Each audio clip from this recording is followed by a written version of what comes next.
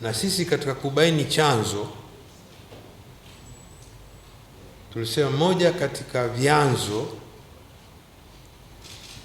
vinahusu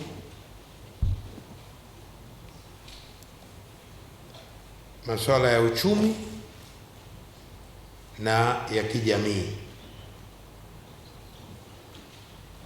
Ukosefu wa ajira hasa kwa vijana ilikuwa ni moja, lakini jingine ni lile swala la watu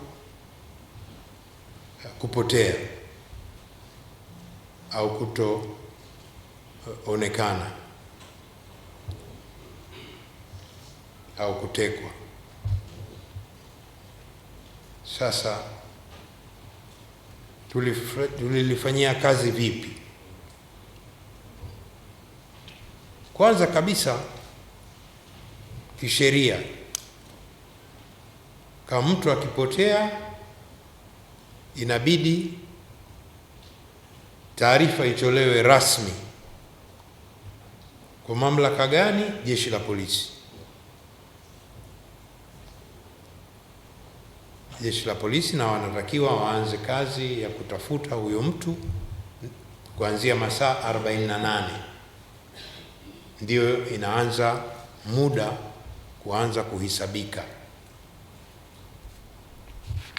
Sasa sisi tukapiga hodi polisi kwanza, tutaka kujua upelelezi unakwendaje. Tukapata taarifa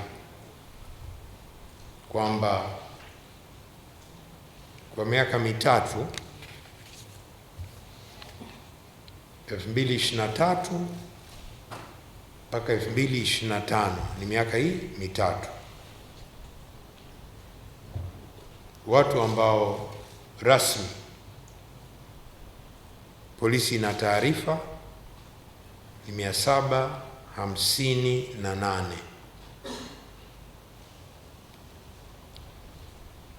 Uchunguzi umefanikisha watu 503 kupatikana, ambayo ni 66%. Watu 265 bado hawajulikani walipo. Watu 265 ambayo ni 34%, ukichukua miaka hii mitatu iliyopita. Lakini la pili, hizi takwimu zinaonyesha kwamba kwa mfano mwaka 2022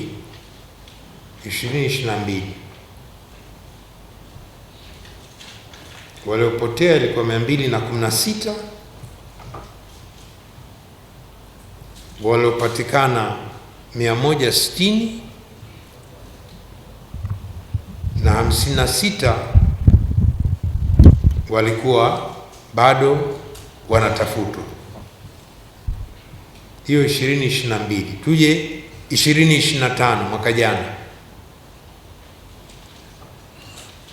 Mwaka jana 2025 watu 237 walipotea, 176 wamepatikana na ambao hawajapatikana ni 61. Sio kwamba juhudi hakuna za wenzetu polisi, kwa sababu kuna waliopatikana, lakini kuna hii idadi ambayo bado, na ndio shauku kubwa ya watu kutaka kujua hatima ya ndugu zao, jamaa zao ambao bado hawajapatikana. Na sisi kwa nini tulisema ni moja katika vyanzo? Kwa sababu tumekwenda kwa mfano mkoa wa Mara, tumekwenda kata ya Sirare, Tarime, mkoa wa Mara. Pale shahidi mmoja ametupa majina ya watu 6 wamepotea kwenye kata ile. na bado wanatafuta majibu. Sasa kuna kupotea kwa hiari, inaitwa voluntary missing, na kupotea bila hiari. Umepotea bila hiari yako, involuntary missing.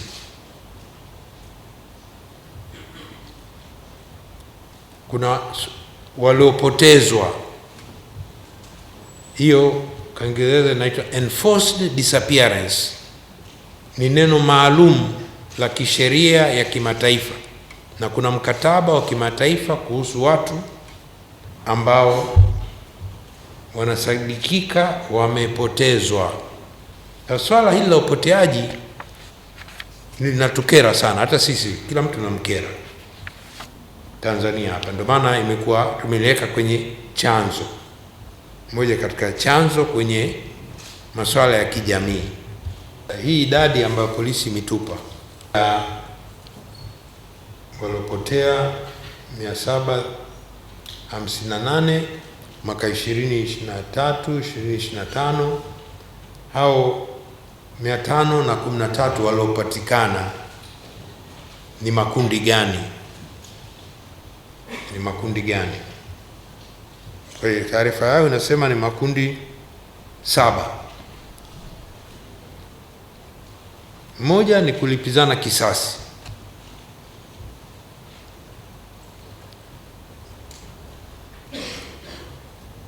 Jingine ni masuala ya uhalifu.